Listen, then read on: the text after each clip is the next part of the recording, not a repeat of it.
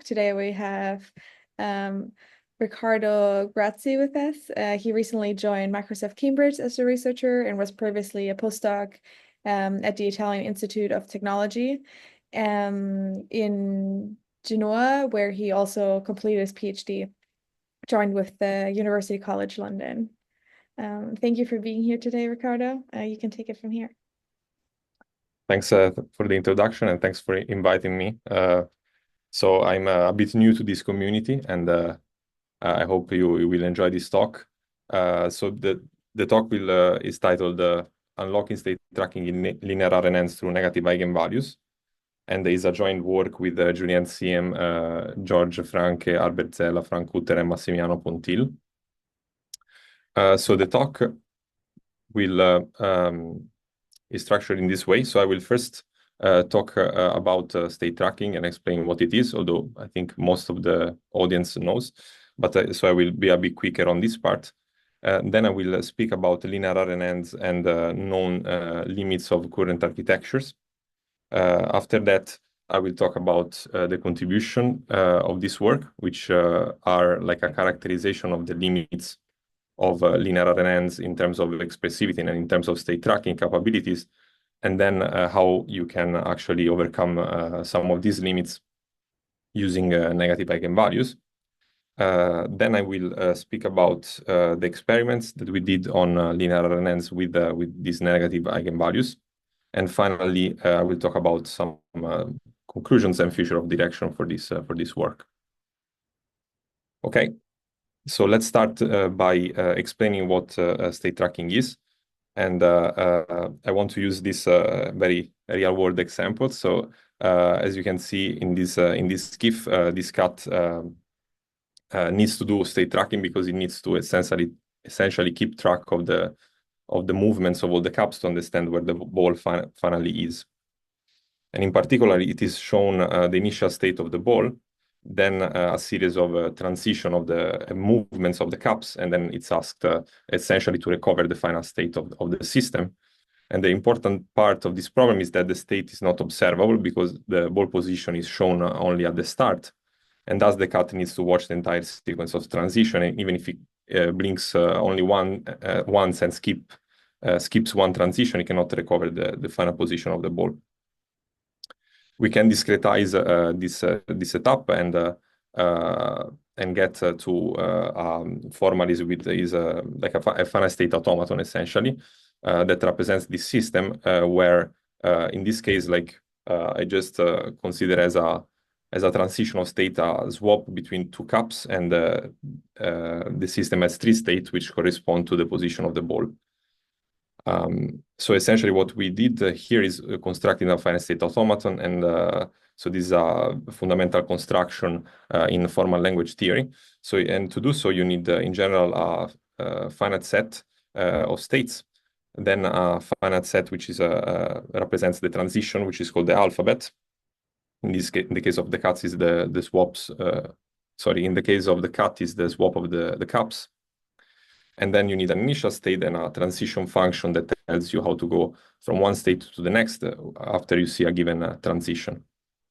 So the goal of state tracking would be to essentially mimic a finite state automaton, which means to map a sequence of transitions in input into a sequence of states of the automaton in output.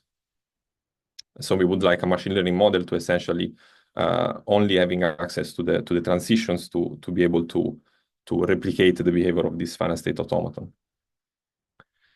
So in text data, this can be so this kind of problem can be found. For example, here there is an example where you want to track the state of a chessboard, and you have as input to the model a sequence of moves of the pieces of the chessboard in a particular notation that doesn't tell you which piece you're moving, and so in this case you are forced to essentially keep track of the state internally in the model. Then you have also other examples in terms of which are maybe a bit more interesting. For example, like code evaluations. So here you have like a like swapping like a series of swap of some of the variables in this code. And if you want to recover, like in this case, the position of the one, you need to keep track of the state.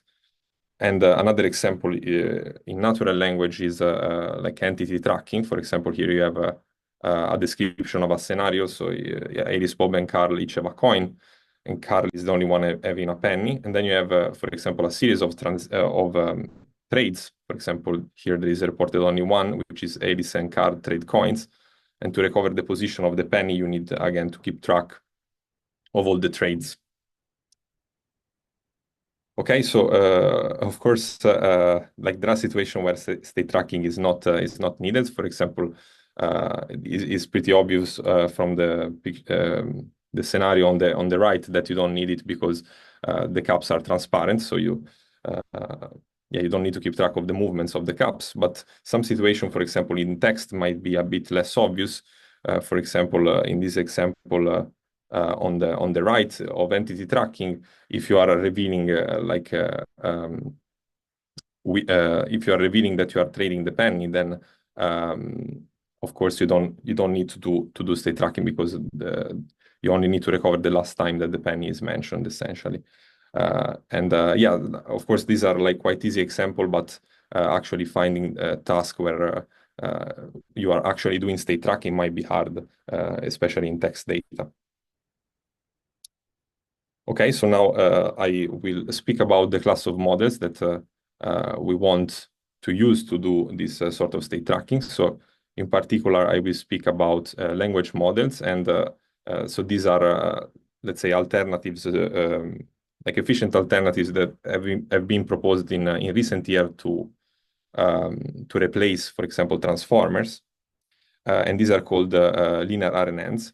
And essentially, linear RNNs can be formalized in this way. So you have a sequence of layers. And essentially, in each of the layers, you do two things. So first, you compute a recurrence. And in this case, it's a linear recurrence. And you use the input tokens to do it. In particular, here, what you do is this recurrence is linear in the previous hidden state. And the matrices A and B are like arbitrary function of the input token. And in particular, the matrix A, we call it the state transition matrix because it will be important for our construction. And then what you do is you compute the output at each time step by like using a function, like an arbitrary function. For the analysis, it's arbitrary. Usually you have an MLP or other normalization. And this will be a function of the current state and the current input token, which is this function DEC. So several linear RNNs have been proposed. For example, Mamba, which is a state space model, but also GLA, which is it comes from variants of linear attention. And for this, for all these, like for most of the linear RNNs that have been proposed, the matrix A is actually diagonal. So it has this diagonal structure. Meanwhile, more recently, for example, at Disney Rips, the DeltaNet model has been proposed where this matrix is non-diagonal and it has this form which is also heavily structured. But yeah, it's not diagonal. So it's identity minus like a vector outer product times a scalar. So the idea behind linear RNNs is that the linearity of the recurrence plus the fact that these matrices are heavily structured makes the recurrence efficiently parallelizable. And this means that these models are actually more efficient than transformers for long sequences. We can also cast transformers as linear RNNs, but with a caveat that doesn't make us compute this recurrence directly, which is that the state is infinite dimensional. And also you can think about infinite dimensional state and the state transition matrix being the identity in the case of transformers. So with this slide, I wanted to showcase a little bit the space of models that are actually linear RNNs that have been proposed for language modeling. So you have like a not only the one that I just showed you, but you have several diagonal linear RNNs, for example, RNNet or RWKVV6, which are quite popular, and also, for example, MLSTM. Instead, for linear RNNs, after for non-diagonal linear RNNs that can be used for language modeling, after we started working on this project, several other advances have been pursued by the community, which are essentially even more complex than the structure that I showed you for DeltaNet, but they still, like most of them, still remain linear. Or for example, gated DeltaNet is a very simple modification from DeltaNet. RWKV7 is instead of having identity minus vector outer product as a learnable diagonal instead of the identity. And TTT and Titans use like a meta-learning formalism, and they can be depending on the version, they can be also linear or non-linear, and can be seen as also like with a heavily structured matrices, which is more complicated than the one in DeltaNet. Okay, so now I want to focus on like specific finite state automaton that represent like key example of state tracking. For example, this is like one of the simplest, if not the simplest example of automaton that requires state tracking, which is the parity automaton. So here you have two states, and you change state when you see a 1, and you stay in the same state if you see a 0. And again, so the goal is to map the transition of the automaton to the states. And in particular, we would like to handle sequences of arbitrary lengths. So this class of automatons they are like special automatons, which are representative of monoid word problems. So the monoid word problems. So a monoid is like a set with a binary operation that is associative, and the set is closed under the operation and contains the identity element. And so a monoid word problem. So the goal for these problems are to send sequences of elements in the monoid into the product according to the operation, so to the dot operation. And you can construct a finite state automaton that solves this problem, and this automaton will have so the states and the transition will be the same set, and the transition function will apply the dot operation. And in particular, the problems that we will focus on will have so the monoid will actually be a group. So each element will also have an inverse in the set. And for example, some key examples are the cyclic groups of order n, or the symmetric or permutation groups of order n, so Zn and Sn respectively. And so the parity automaton can be seen as the S2 or the Z2 word problem, while addition modulo n is the Zn word problem. And for higher order symmetric groups, for example, Sn with n greater or equal than 5, the corresponding group word problem will be quite difficult to learn. So the key intuition here is that group word problems require state tracking, because actually you can for this problem, for this class of problems, you cannot infer the final state if you don't have access to the entire input sequence of the transition of the states. While for general monoid word problems or for other finite state automaton, this might be possible to do. So this is just to have another example of an automaton that represents a group word problems. In this case, it's addition modulo 3, or the cyclic group of order 3. In this case, like it's a bit more complicated than parity, but it has 3 states and 3 transition. And as you can see, the states and transition are the same set, can be seen as the same set. Okay, so now I want to give a bit of an intuition behind what is one of the problems with current linear RNNs. So in this case, we want to solve the parity automaton with a scalar linear RNN. So in this case, the matrix A is simply a scalar, and the matrix, the function b that before it would have been arbitrary here is the identity for simplicity.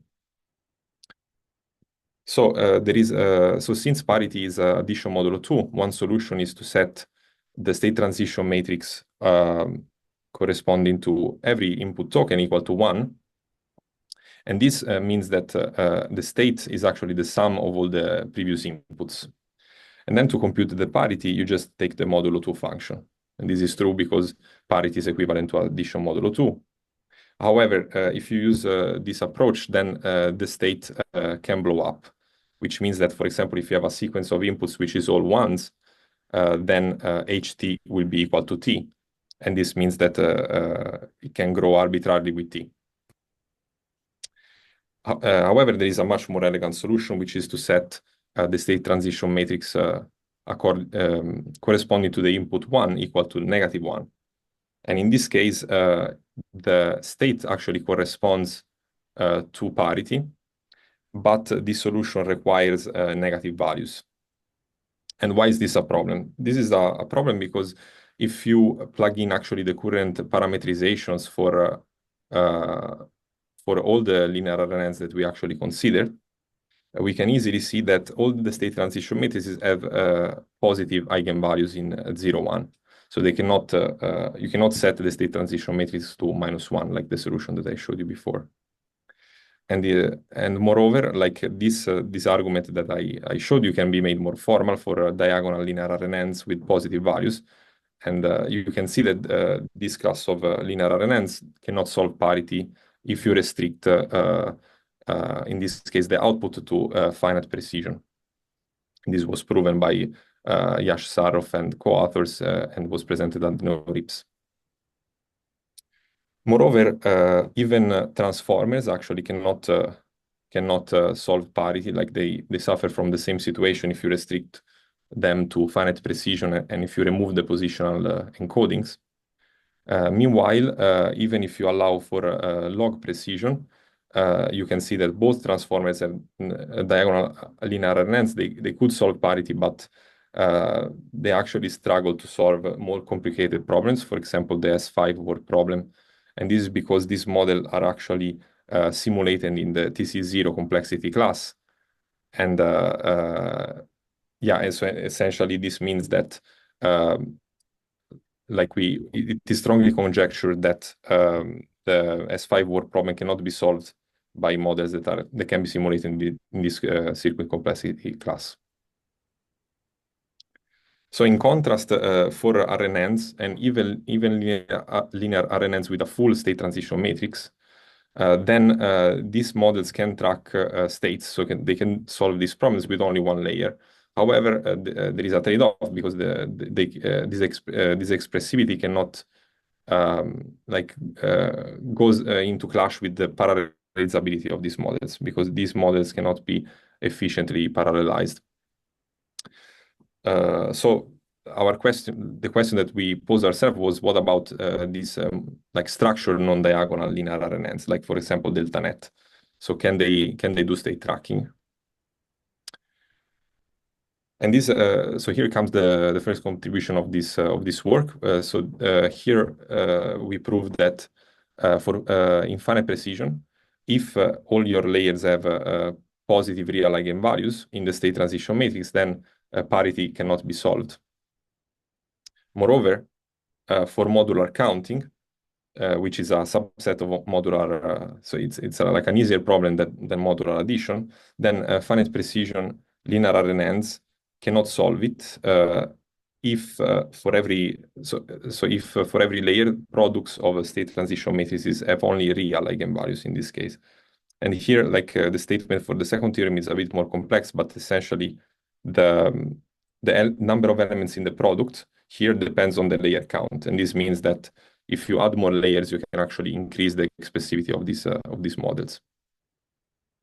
So this tells us so the first result tell us that all current linear RNNs cannot solve parity because they only allow positive eigenvalue in the state transition matrix. And the second result tells us that if you have, for example, diagonal or even triangular real valued linear RNNs, you cannot do modular counting. And this is because for this class of linear RNNs, the products of the state transition matrices always have real eigenvalues. Instead, here you would like to have complex eigenvalues for some of these products. Okay, so now I want to present the proof, like some proof sketches for these two theorems. And yeah, and then I will go with the other two theorems. So So in the paper that like you also reveal negative eigenvalues. So like are they also like associated here or what do you mean? like since like in the paper that you have theorem 2 modular Yes. counting, you say that uh that even negative eigenvalues of the sequences have well-defined limit. So I was thinking like even the negative eigenvalues can be associated here, like can be placed here. Yeah, so essentially, yeah, if these products have only real, so real it's also negative, right? So you might also have Okay. negative eigenvalues, but Hmm. yeah, but for modular counting, this doesn't work. But of course, here we are considering, for example, the products of the state transition matrices. And so even if the single one has negative eigenvalue, the product might have complex eigenvalues. So there is a possibility for this model to be more expressive for the case. Okay, but the current linear RNNs cannot solve parity. So like they only have positive eigenvalues that are associated with them. Yes, yes, exactly. Yeah. Okay. Okay. Thanks. Cool. Okay. So for theorem one, the proof idea is the same as for the diagonal case. So the idea here is that if you have a constant input, in this case is the sequence of all ones, then the linear RNNs output in finite precision becomes constant. While, and this is it's what I will show you. While for parity, the automaton state alternates between 0 and 1. And this you can easily see because for parity, essentially, if you have a sequence of all ones, what you are doing is that you are continuously changing state. So the input alternates between 0 and 1. Okay, so essentially, if you have this sequence in input, then you can, so your recurrence will look like this. And if you unroll the recurrence, in this case, H0 it's 0 for simplicity, but in the paper we do the full analysis with the H0 arbitrary. Then you get this expression for your state matrix. And this so it's a summation where you have the powers of the matrix A and the matrix B here. So then we need to set up the finite precision assumption. So in this case, we use this model, we use this function cast, which basically projects each real into a finite set of reals, which can be arbitrary, but in practical for practical uses, for example, it could be floating point numbers. And so a cast works like this, and essentially it takes so it takes the closest element from the set D as output. And essentially, you can picture this function as being a piecewise constant function with a bounded range. And then we can extend this function to matrices or also to complex valued matrices by applying it separately to the real and imaginary part of each element of the matrix. Okay, so if the state in infinite precision will look like this, then if you have finite precision, the model that we use will look like this. So you are doing the matrix powers in infinite precision, then you are using cast, and then you compute the sum in infinite precision again, and finally use cast to compute the state in finite precision. So of course, this is a simplified model that has been used in previous works. And this is because the repeated matrix multiplies and sums are in infinite precision, but actually using meanwhile in practice what you do is you use the previous state in finite precision. However, without this model, the analysis becomes quite hard because the associativity of the matrix multiplies is broken. Okay, so if you use this construction, then for the powers of the matrix A, what you can do is you can use the Jordan canonical form, and so you can decompose it like this, where the matrix JK is a block diagonal with the block, the ith block having this form. So this might look a bit complicated, but it's actually it has a nice structure actually, because you have in the diagonal the powers of the eigenvalues, and then in the left part you have zeros in the bottom left part, and in the upper left you have products of these binomial coefficients times the powers of the eigenvalues. And so it turns out that you can write every element of this matrix, so matrix powers product with matrix P, in this form. So you have so this is the case where you have a real and positive eigenvalues, so for theorem 1, and you can write the imaginary and real part of each element as a weighted sum of binomial coefficients times matrix powers. And so binomial coefficients behave like a polynomial. And so in this case, what happens is that these terms they behave like this. So they either diverge or they converge, but they converge to zero. And when they converge to zero, they do it in a nice way. So they don't oscillate. Essentially, this is what we want if is for these elements to not oscillate. And it turns out that also this weighted sum behaves in a similar way. And this means that we can prove that essentially each one of these elements in finite precision becomes constant after a certain time. So after a certain power. Okay, so what does it mean? This means that so we applied it to each the real and imaginary part of each element of the matrix, and so this means that we can also show that the state actually becomes constant after a certain time, and this in turn implies that the output becomes constant because the output is a function. Even though it can be an arbitrary function, it's a function of the state and the current input, which after a while they are both constant. Okay, so what we showed, so to sum up, what we show is that if you have these constant inputs, then after a while the output of the linear RNN will become constant, and this means that it cannot match what we want, which is the state of the parity automaton, because this is alternating. So this was the proof for a single layer. And then you can proceed by induction over the number of layers by noticing then that the output of the linear RNN is constant as its input. And so the input of the next layer will be constant, and we can apply essentially the same proof technique. Instead, if we have real eigenvalues, so in the more general case where you have real eigenvalues, what happens is that we can write the matrix powers like this, so as the powers of the sign of the eigenvalues times the powers of the absolute values, which means that you don't have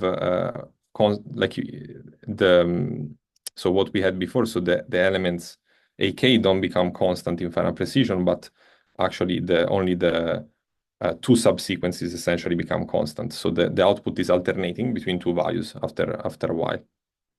And this means that the state and the output are actually alternating between only two values after a given time. And yeah, so this shows that addition modulo 3, for example, cannot be modeled, because if you have the inputs, which is a sequence of 1, then what happens is that the layer output will be alternating between two values, but the output for addition modulo 3 it will be alternating between three values. So one of them will not match. So however, so again, this was the proof for one layer, and like the proof for multiple layers is a bit more complicated than this. So it's not that as easy as for parity, because as we can see, the output of the layer is alternating. So it's not constant as the input. And this is why actually in the statement, you see these products of state transition matrices instead of a single one. But but it still holds if these products have a real eigenvalues. Okay, so this ends the proofs for theorem 1 and 2. So what we show with these two theorems is that diagonal and even triangular linear RNNs have like serious limitations in terms of state tracking. So now we want to consider like a class of matrices that it's more interesting from this perspective. And this is the class of the family of matrices which can be uh, uh, called like products of generalized Hausholder matrices. So in this case, we have 3 parameters for this class of matrices. So n is the dimension of the matrix, k is the number of elements in these products, and each of the elements have this form, where so you have the identity minus a parameter beta, which is a scalar, and then you have a vector outer product where each vector has a norm 1. And the parameter omega instead tells you the range of the interesting eigenvalues of this matrix. So this matrix have all eigenvalues equal to 1 except for 1, which is equal to 1 minus beta I. So essentially, this class of matrices has been inspired by delta net because the state transition matrix of delta net is in this set. So essentially, this means that you have only one element in the product, and omega doesn't include the negative eigenvalues because it's the interval 0, 1. However, and also the other thing I wanted to mention is that the parameter k here gives you like a nice way to balance the trade-off between expressivity and the computational complexity, because of course a lower k, like for delta net you have a k equal to 1, means that you can compute the recurrence much more efficiently, but also limits the expressivity, as we will see. Indeed, to include orthogonal matrices, you need to have -1 in the set of eigenvalues, and this means to set beta I equal to 2. And in particular, what can you do with orthogonal matrices is that if you have one orthogonal matrix, this corresponds to a reflection determined by the vector V1 in this case. And for example, you can represent the swap between 2 elements, so a permutation of 2 elements, with a single reflection. And this is something that you cannot do with a diagonal matrix. And instead, like if you have, for example, the products of 2 Hausholder matrices, then you can represent a 2D rotation, and this can represent the swap with the permutation of 3 elements. And so what we managed to show is this. So if your state transition matrix is a product of generalized Hausholder matrices that includes the negative value and in particular -1, then of course like you can express parity in the scalar case as we saw before, because -1 will be the only element in this set in this case, or yes, so -1 will be in this set. Then if you have 2 elements in the product and the matrix has dimension 2, you can solve the group war problems related to the cyclic groups Zm, and for every m. And in this case, this means that you can do modular addition. And in the general case, if you have in general a product of k matrices, you can solve the word problems related to the permutation group Sn if you restrict the permutations to the ones of at most k+1 elements. Okay, so this is a modification of the word problems where you are restricting the allowed transition that your automaton can do. And moreover, in theorem 4, what we show is that if you allow for theorem 3, we only need 1 layer. Instead, if you want to solve any finite state automaton, you can do it, but you require like a sufficiently large amount of layers and a sufficiently large elements. So the k should be also large enough. So the number of elements in the product should be large enough. We also have another interesting result that is a bit buried in the appendix, which is that for the case of k equal 1, which means that, so like delta net, so you just have one element in the product, then you can solve a modular addition with two layers. And this is surprising because essentially you can do it. I mean, this was quite surprising to me because you can do it like usually to do modular addition, you need rotation, but here you're only using reflection essentially in each layer. But this can be combined in a way that to allow to solve this problem. Okay, so these results tell us that we can do a very simple thing, which is to extend the eigenvalue range of, for example, of the delta net model, and thus solve efficiently any group word problem in one layer if the transitions are restricted to only swaps or the identity. And also, as we showed, like in the appendix, we can also solve the addition modulo M problems in two layers. Okay, so now I just want to provide some proof ideas of this theorem. So for theorem 3, for the general case where we consider the group permutation groups Sn, what we can do here is that we can map each of the permutations, so each of the transitions to the corresponding permutation matrix. And then what we know is that a permutation of a k plus 1 element can be written as the composition of at most k permutation of two elements, which are swaps. And so this means that you only require the products of k state transition matrices to do a permutation of k plus 1 element. Instead, for theorem 4, we use the Krohn-Rhodes decomposition of a finite state automaton, which tells us that each finite state automaton can be decomposed into a cascade of permutation reset automata, each one having transitions being either permutations or constant. So the constant means that it sends each state to a single target state. So then this structure is actually like very similar to the structure of the layers of a neural network, and then we can essentially set each layer of the linear RNN in this way, so to mimic a single automaton in the cascade. And it can do so by setting the matrix A equal to a permutation matrix where the corresponding transition is a permutation. And in the other case, where you have the constant, you set the A matrix equal to 0 and the matrix B equal to essentially a one-hot vector corresponding to the target state where the transition is landing.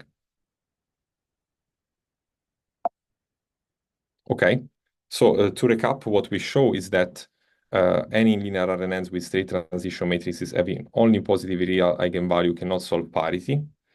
We also showed that diagonal and triangular linear RNNs cannot solve modular counting, even with negative real eigenvalues.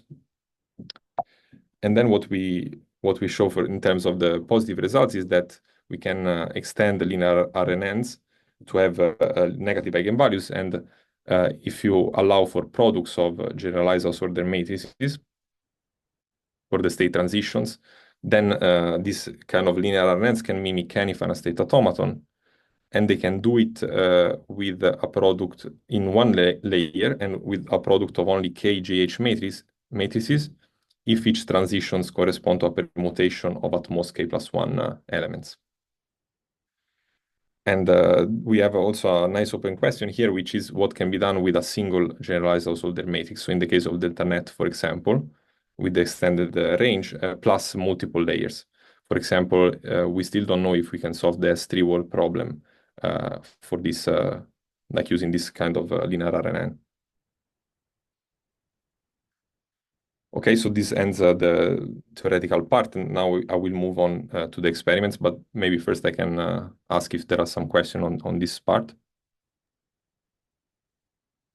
Yeah, I have a question about this these products of the GH matrices. So would it be equivalent rather than saying that you can use products of the Haussorter matrices to say that you expand the number of tokens? So like, let's say your sequence has n tokens, you instead allow 3 n tokens. Is that equivalent to having, k equals 3? Or is there a difference between those two things? In other words, Yeah. think it can be similar, especially if each token is like you need to expand a lot of vocabulary, I guess, right? Yeah, But if you do expand it, then I think it's actually equivalent, yes. I see. Um, and then I guess another question I have is about like in practice, how does the memory you need to let's say implement scan or something like that depend on N and K here? Um, yeah, like in other words, like if you increase N, how much more expensive or like costly does computing these state transitions get? This is a good question. Like I actually, so because in the end we use the code from DeltaNet, and I'm Uh, not super familiar with how this is computed. But I mean, it definitely increases quite a bit the cost in terms, I think, also of memory. But it's still unclear to me how, like exactly how, essentially. Fair enough. Well, thanks. Thank you. Okay, so essentially what we do is to extend the models in practice is so we consider in this case two models. One is Mamba and the other one is DeltaNet. So for Mamba, extending the eigenvalue range means to multiply the diagonal matrix by 2 and subtract 1, for example. And this, although it looks like a trivial change, it actually requires the like changing the kernel of the Mamba code, and is actually far from trivial to do. Instead, for DeltaNet, the change is one line of code because the kernel, like the Triton kernel of the French linear attention library, is actually agnostic to this change, and so we simply need to multiply the betas by 2. So then so we ask, of course, like, can we actually learn can we actually do state tracking in practice? And can we actually, for example, learn the parity automaton? And the answer is yes. So here we did some experiments in terms of length generalization of parity. So what we do here is we train the models with a fixed sequence length. So a fixed sequence of transition, and then we test with a longer sequence essentially. And for parity, what happens is that if you do the eigenvalue extension, both Mamba, which is the diagonal linear RNN, and DeltaNet, which is the non-diagonal one, they both can solve parity perfectly here. So then we consider a more challenging task, which is related to the modular addition. So this is modular arithmetic. So this contains not only modular addition, so in this case, modulo 5, but also modular multiplication and subtraction. And here what happens is that if you use the eigenvalue extension, for Mamba, then you get a little bit of increase in performance, but it doesn't it doesn't generalize very well. Instead, for DeltaNet, you have like a much higher increase in length generalization here. And as you can see also, like for this length generalization problems, the transformer actually performs like poorly. And the other baseline that we try here is the MLSTM and the SLSTM's models. And MLSTM is another linear RNN without negative eigenvalues, and SLSTM instead is a non-linear RNN, so it's expected for it to work better on this task. So then we consider like the more challenging problem of the S5 group word problem, so the permutation group of 5 elements. And in this case, we restrict the inputs to only represent swap permutations. So in this case, you simply swap, the example here simply swaps the 1 and 2, and you can think about a sequence of permutation like this, so swaps. And in this case, DeltaNet with extended eigenvalue range can solve this problem even with one layer. So this is exactly what the theory tells us. And all the other models essentially struggle, except for DeltaNet with additional layers and the extensions. This is because DeltaNet has the non-diagonal state transition matrices that can model actually. So a single state transition matrix can model a swap in this case. So then what about the full S5? So for the full S5, what we get is that none of the model can actually solve the full S5. Only if you have like a full state transition matrix, in this case, you can solve it. And this is expected again because, for example, even delta net cannot model permutation, like some permutation of more than 2 elements. However, if we so we can, as Will suggested, we can use multiple tokens to simulate essentially the product of householders that we described before.